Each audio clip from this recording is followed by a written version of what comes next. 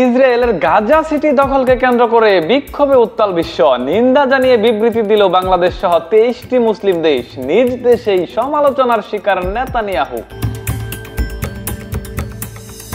আলাস্কায় Trump পুতিনের আলোচনায় অংশ নিতে পারে জেলেনস্কি, বিবেচনা করছে হোয়াইট হাউস। ভুয়া তথ্য ছড়িয়ে বৈঠক বানচালের অভিযোগ রাশিয়ার। এক বিন্দু জমিও ছাড় দেবে না ইউক্রেন, সাফ জানালো জেলেনস্কি। আর্মেনিয়া আজারবাইজান শান্তি চুক্তির মাধ্যমে নিরাপদ করিডোর হাতিয়ে নিচ্ছে যুক্তরাষ্ট্র। হুঁশিয়ারি দিয়ে প্রত্যাখ্যান করলো ইরান। পাশে থাকার ঘোষণা দিল রাশিয়া।